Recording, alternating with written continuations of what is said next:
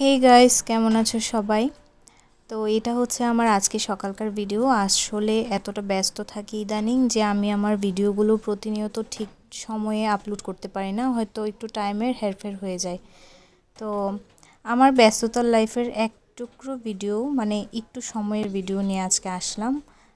এটাও আমার ব্যস্ততার সময়ের একটা পার্ট।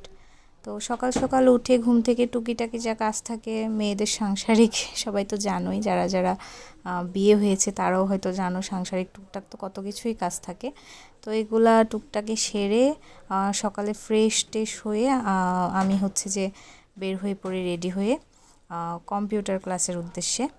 তো রাস্তাতে দেখো যে এই যে হাঁটি সকাল সকাল, হাঁটাটা কিন্তু একটা উপকার অনেক স্বাস্থ্যের জন্য, আর এমনি সময় হাঁটা হয় না, যার কারণে কি মানে হাঁটি তখন আমি সুযোগ পেলেই, কোনো ওয়ে পেলেই আমি হাঁটার মানে অপশান ছাড়ি না। আর রাস্তাতে যে কী পরিমাণ রোদ তোমরা তো দেখেছোই, তার জন্য আমি কি করি, ওই বাগান বাগান হয়ে চলে যাই আমাদের বাসা থেকে। মানে আমাদের যে অটো স্ট্যান্ড, যেখানে আমরা হচ্ছে গিয়ে অটোতে উঠি, ওখানে হচ্ছে যে এই হেঁটে যাই এতটুকু রাস্তা।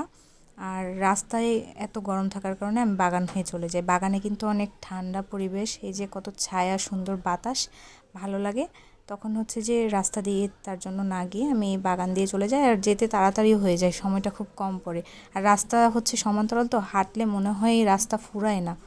আর বাগান দিয়ে গেলে মনে হয় এমনিই রাস্তা ফুরিয়ে যায়। তারপর সকালকার ওয়েদার, আর আম বাগান দেখো, চারিদিকে শুধু আম গাছ। তো সব মিলে পুরোটাই ভালো লাগে। তো হাঁটতে হাঁটতে দেখছি যে একটা পিচ্চি খেলা করছে। আয় পিচ্চি, আয় পিচ্চি।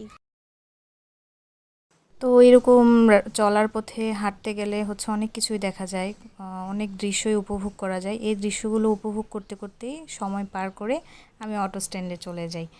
আর হচ্ছে যে দৃশ্য, অনেক সময় খারাপ দৃশ্য দেখি, অনেক সময় ভালো দৃশ্য দেখি। এই যেমন ছেলেরা খেলাধুলা করছে, এই দৃশ্যটা দেখতে খুবই ভালো লাগছে। আবার কখনো কখনো দেখি যে এই রাস্তা দিয়ে আসার সময় যে বড় থেকে ছোট সব ছেলেরা মোবাইল নিয়ে বসে যাচ্ছে ফ্রি ফায়ার খেলার জন্য। সবার হাতে একটা একটা ফোন, আর এগুলা নিয়ে শুধু গেম খেলছে আর খেলছে। এটা কিন্তু খারাপ দৃশ্য, কারণ এইভাবে তো হচ্ছে ওদের শারীরিক মানসিক বিকাশ, এগুলোতে কিন্তু সমস্যা হচ্ছে এত ফোন টিপার ফলে। তাই এত ফোন টিপাটা উচিত না।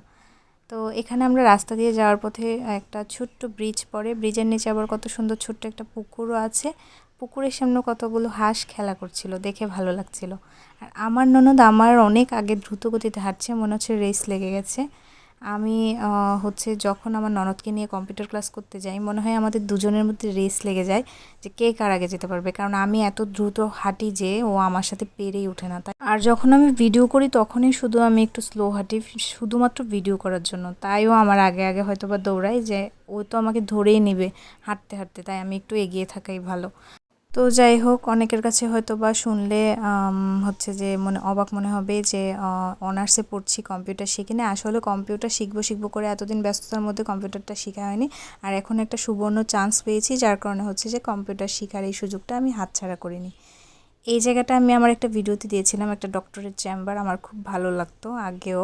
কিন্তু এখন জায়গাটা একটু অন্যরকম হয়ে গেছে, আগের মতো আর সুন্দর নেই। কিন্তু তাও এটা আমার পছন্দের জায়গায় আছে।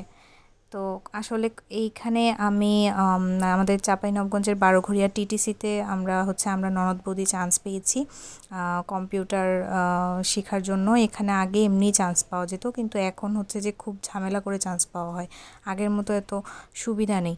অনেক কষ্ট করে ইন্টারভিউ দিয়ে তারপর হচ্ছে যে আমরা ননদ বৌদি হচ্ছে যে ওখানে টিকেছি। তো ওখানে স্যারেরা এত শ্রম দিয়ে শেখায়, আমি দেখো হাঁটতে হাঁটতে ঘেমে অবস্থা খারাপ, হয়তো ফোনের ফোকাসের কারণে দেখা যাচ্ছে না। তো ওই কম্পিউটার যে ক্লাস করি আমরা, ওইটা যেহেতু একটা সরকারি পলিটেকনিক্যাল ইনস্টিটিউট, ওখানে সার্ভিসটাও অনেক ভালো হবে, এটা কিন্তু শিওর।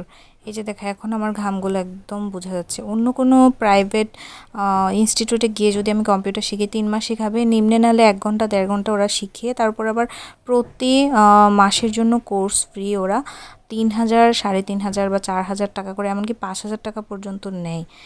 আর সেই জায়গায় এই ইনস্টিটিউটে মাত্র কোর্স ফ্রি, ওরা পুরো 3 মাস শেখাবে, তার জন্য 600 টাকা করে নিচ্ছে। তার উপরে 4 ঘন্টা নাগাদ শেখায়, সকাল 9টা থেকে শুরু করে দুপুর 1টা পর্যন্ত টানা ক্লাস চালায়।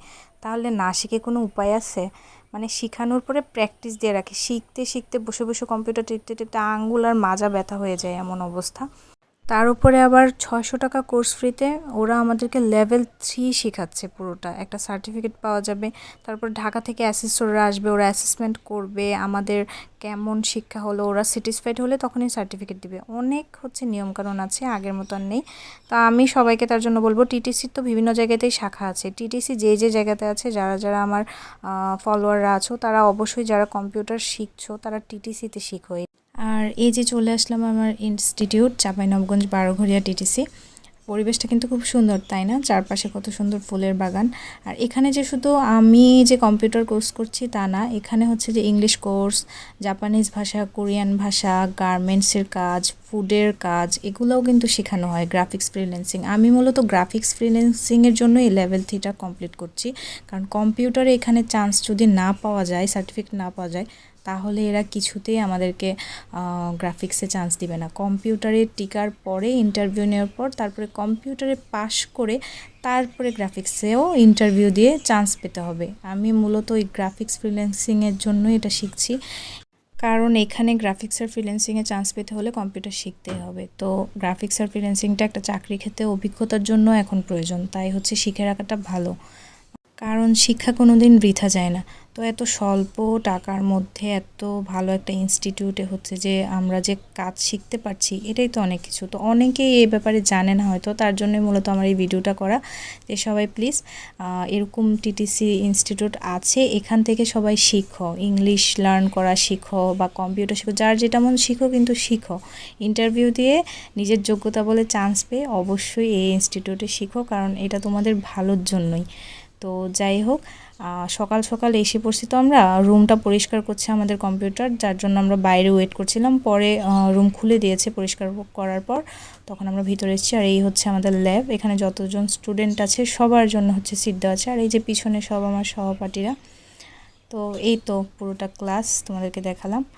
আর এই হচ্ছে আমার ডেস্ক, এখানে আমি বসি। আর আমার পাশে আমার ননদ। সবার সিট নির্ধারণ করে দিয়েছে স্যারেরা, যে সিটে বসবে।